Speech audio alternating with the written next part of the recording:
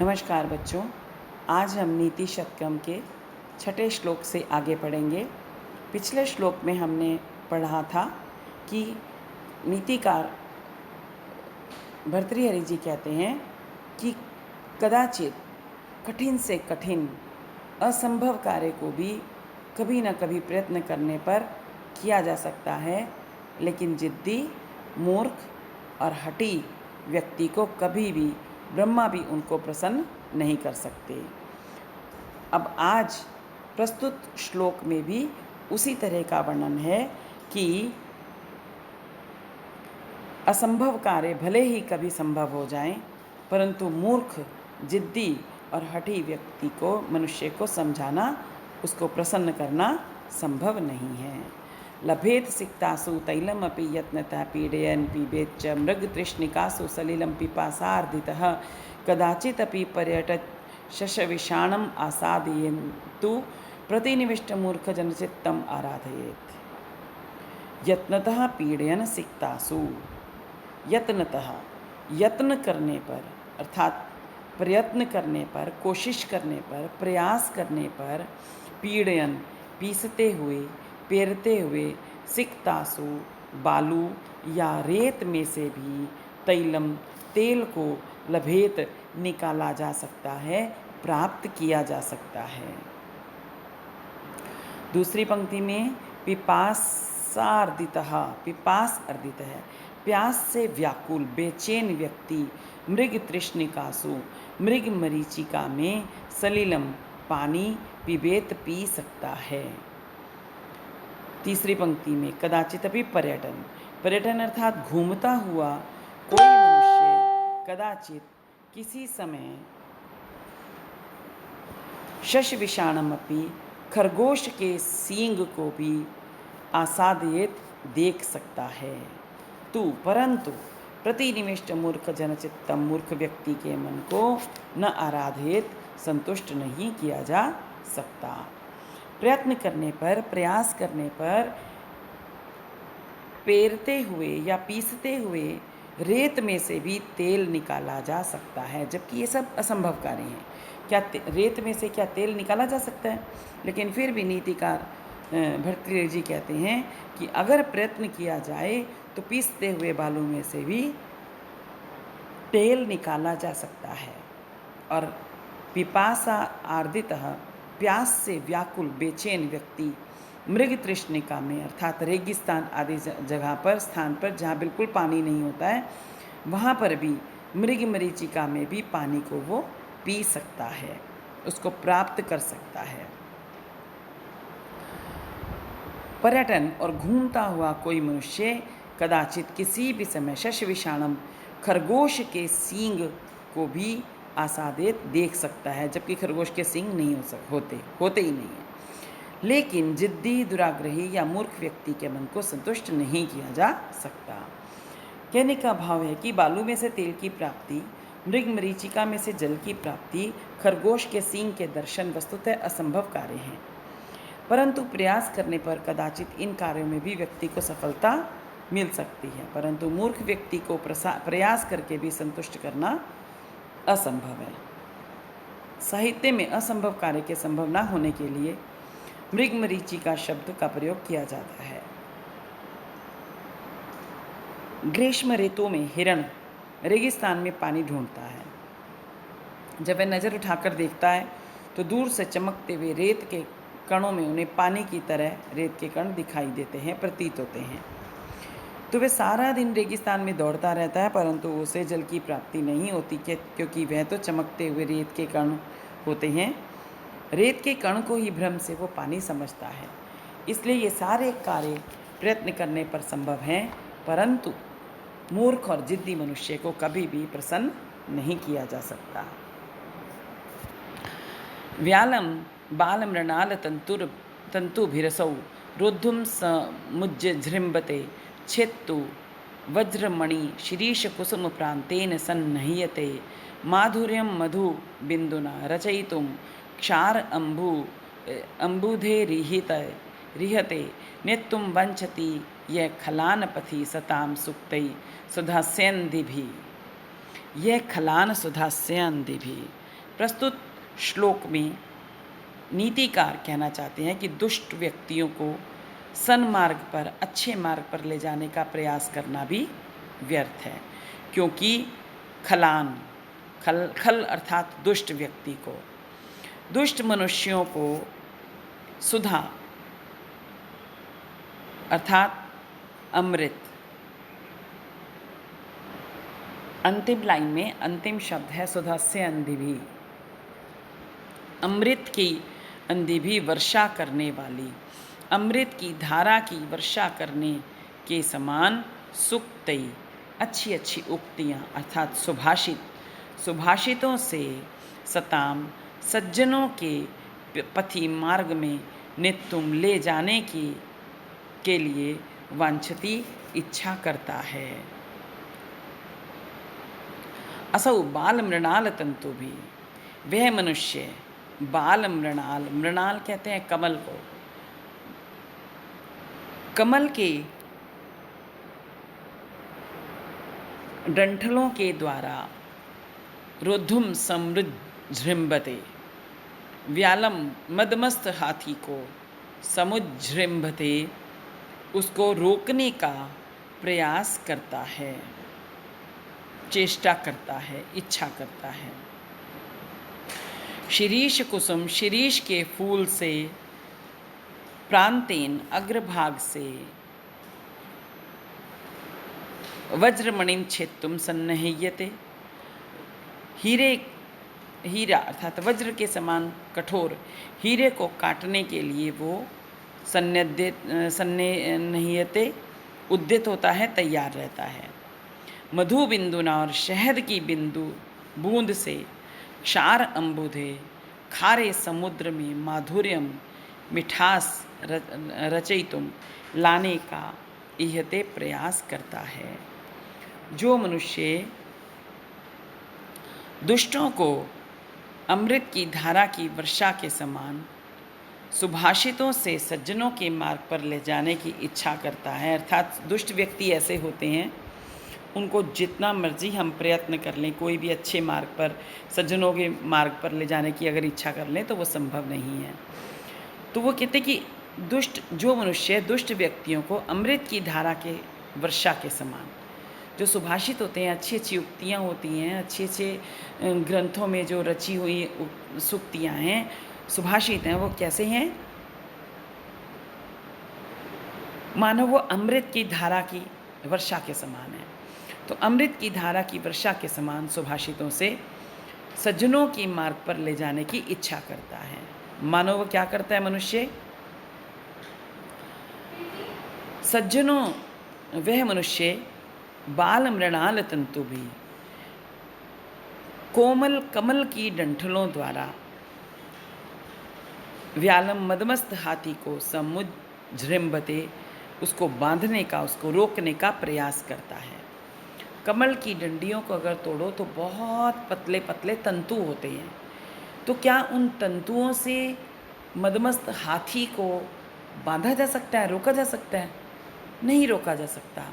इसलिए वो कहते हैं कि दुष्ट मनुष्यों को कभी भी सुभाषितों, जो अच्छी अच्छी उक्तियाँ हैं हमारे ग्रंथों में, उनके द्वारा उनको रोकने का काम उसी प्रकार है जिस प्रकार से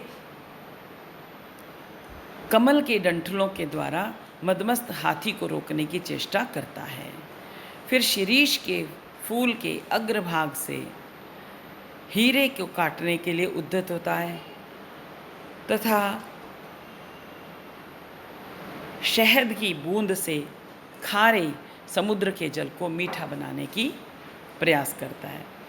अमृत के समान बहुमूल्य नीतिप्रद शिक्षाओं से दुष्ट मनुष्य को सन्मार्ग पर, अच्छे मार्ग पर लाना उसी प्रकार असंभव है जैसे कमल की डंठल से मदमस्त हाथी को बांधना, अथवा शिरीष के फूल की नोक से हीरे को छेदना। हीरा इतना पत्थर होता है, इतना पत्थर के समान कठोर होता है, तो क्या शिरीष का फूल के आगे का भाग जो बहुत कोमल होता है, क्या उस कोमल शिरीष के आगे के भाग से, कोमल भाग से क्या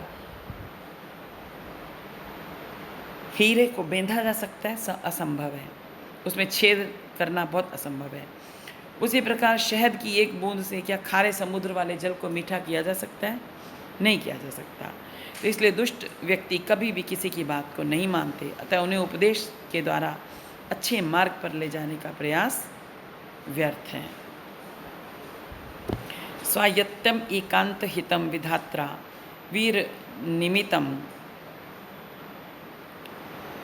छादनम अज्ञताया विशेषतः सर्वविदाम समाजे विभूषणम मौनम पंडितानाम। अब प्रस्तुत श्लोक में नीतिकार का कहने का तात्पर्य है कि जो अपंडित हों, जो विद्वान नहीं हैं, जो मूर्ख हैं, यदि वे मौन रहेंगे तो वही उनका आभूषण होता है।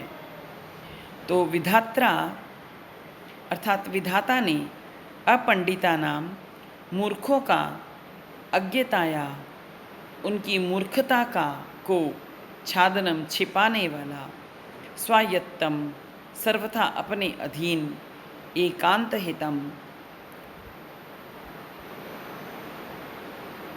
पूर्ण रूप से हितकारी मौन नामक गुण विनिर्मितम बनाया है। विशेषतः जो विशेष रूप से सर्वविदाम विद्वानों के समाज में अपंडिता नाम मूर्खों का विभूषण अर्थात आभूषण है। कवि कहते हैं कि मूर्ख व्यक्ति विद्वानों के समाज में मौन रहकर ही अपनी मूर्खता को छिपा सकता है। जब तक वो ना बोले तब तक सही है, चुप रहना बेहतर है मूर्ख व्यक्ति को विद्वानों के समाज में। तो कवि कहता है कि विधाता ने मूर्खों के लिए उनकी मूर्खता को छिपाने के लिए सर्वथा उनके अपने अधीन रहने वाला स्वायत्तम अपने अधीन रहने वाला पूर्ण रूप से कल्याणकारी मौन नामक गुण बनाया है, जो विशेष रूप से विद्वानों के समाज में मूर्खों का आभूषण है। विद्वानों के समाज में मूर्ख व्यक्ति का चुप रहना ही उसके लिए सर्वथा कल्याणकारी है। मौन रहने के लिए किसी से स्वीकृति लेने की आवश्यकता नहीं होती, वह तो पूरी तरह से व्यक्ति के ही अधीन है। यदि मूर्ख व्यक्ति विद्वानों की समाज में सभा में बोलता है तो उसकी मूर्खता प्रकट हो जाती है, अतः उसे मौन को अपना आभूषण समझकर विद्वानों की सभा में चुप बैठना चाहिए। यदा किंचित अज्ञो अहम गज इव मदान्धः समभवम तदा सर्वज्ञो अस्मत् इति अभवत् अवलिप्तं मम मनः यदा किंचित बुद्धजन सकाशाद अवगतम तदा मूर्खो अस्मि इति ज्वर इव मदो में व्यपगतः। अब आगे नीतिकार कहते हैं कि बुद्धिमान की संगति होने पर अल्पज्ञानी जिसको बहुत कम ज्ञान है उसका घमंड कैसा होता है? चूर चूर हो जाता है। यदा अहम किंचित ज्ञ, यदा जब अहम में किंचित ज्ञ थोड़ा सा ज्ञानवान हो गया, गज इव मदान्धः संभवम तब मैं गज इव हाथी के समान मद में अंधा हो गया था। तदा सर्वज्ञो अस्मि इति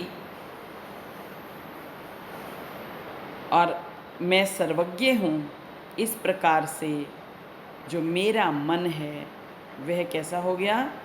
मद अंधा संभवम, मद अर्थात घमंड से भर गया था। तदा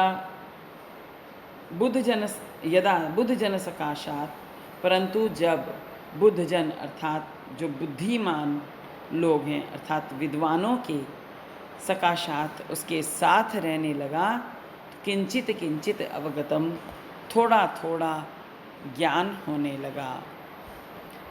तदा मूर्खास्मि तब मैं मूर्ख हूँ इति इस प्रकार जानकर मैं मदः जो मेरा अहंकार है वह ज्वर एव बुखार के समान उतर गया। जब मैं थोड़ा सा यदा किंचित अज्ञो अहम, जब मैं थोड़ा सा ज्ञानवान हो गया तो गज इव मदांधा, तब हाथी के समान मद में मैं अंधा हो गया था। तदा सर्वज्ञो, और जब मेरे को मैं सर्वज्ञ हूँ, और तब मैं सर्वज्ञ हूँ, इस प्रकार से अस्मि इति भवद अवलिप्तम मम मने, जो मेरा मन था वो पूरा घमंड से भर गया कि मैं तो बहुत सर्वज्ञ हूँ, मैं सब कुछ जानता हूँ। यदा किंचित किंचित बुद्धजन सकाशात अवगतम, लेकिन जब विद्वानों के साथ रहने लगा, बुद्धजन सकाशात, बुद्धिमान लोगों के साथ में, विद्वान लोगों के साथ में रहने लगा, तब किंचित किंचित, थोड़ा थोड़ा ज्ञान होने लगा। तो मूर्खो अस्मि इति, तब मैं बिल्कुल मूर्ख हूँ, ऐसा सोच के, ऐसा समझ कर मेरा जो मद रूपी जो घमंड था वह ज्वर एवं बुखार के समान दूर हो गया, उतर गया।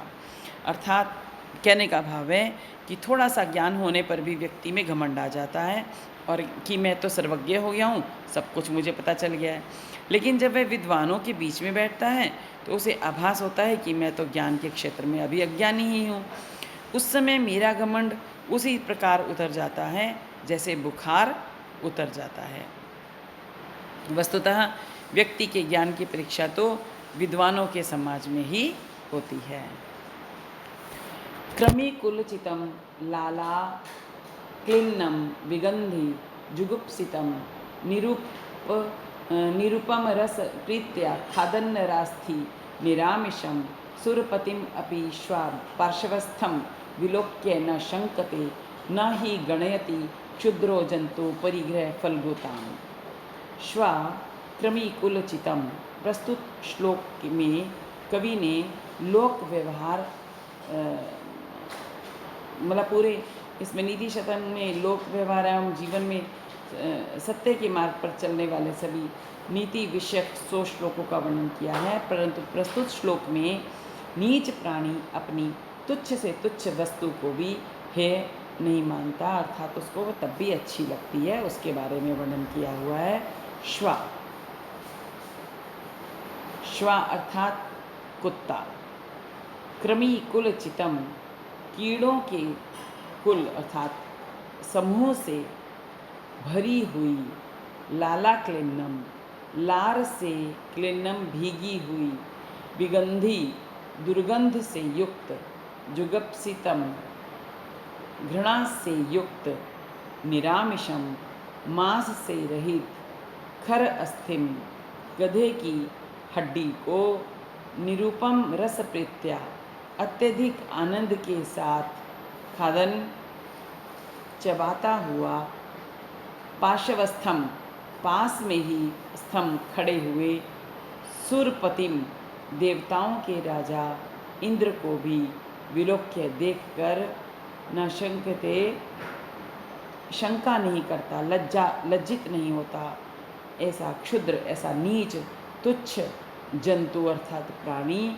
परिग्रह फलगुताम, अपनी वस्तु की तुच्छता को न गणयति, नहीं मानता है।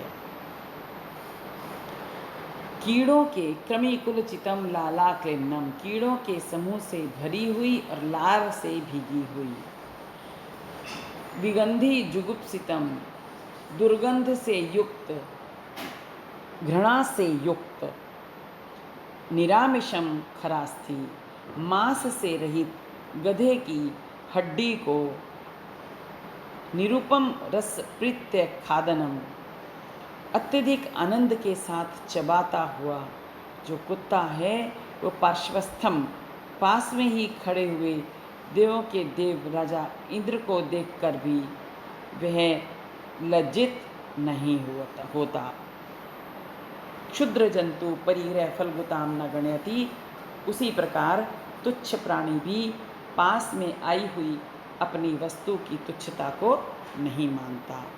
कहने का भाव है कि नीच प्राणी की स्थिति एक कुत्ते की तरह होती है, जैसे कीड़ों से भरे हुए दुर्गंध युक्त मांस रहित गधे की हड्डी को कुत्ता बड़े आनंद के से चबाता रहता है। उसमें चाहे जितने मर्जी कीड़े भरे हुए हों, बदबू आ रही हो, उस पर कोई मांस भी नहीं है, जिसको वो खा सके।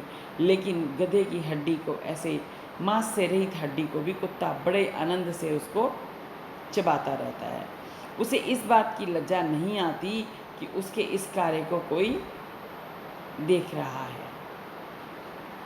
उसी प्रकार तुच्छ प्राणी अपने पास में आई हुई हे से हे वस्तु को भी, घृणित से घृणित वस्तु को भी अपने लिए प्राण प्रिय समझता है।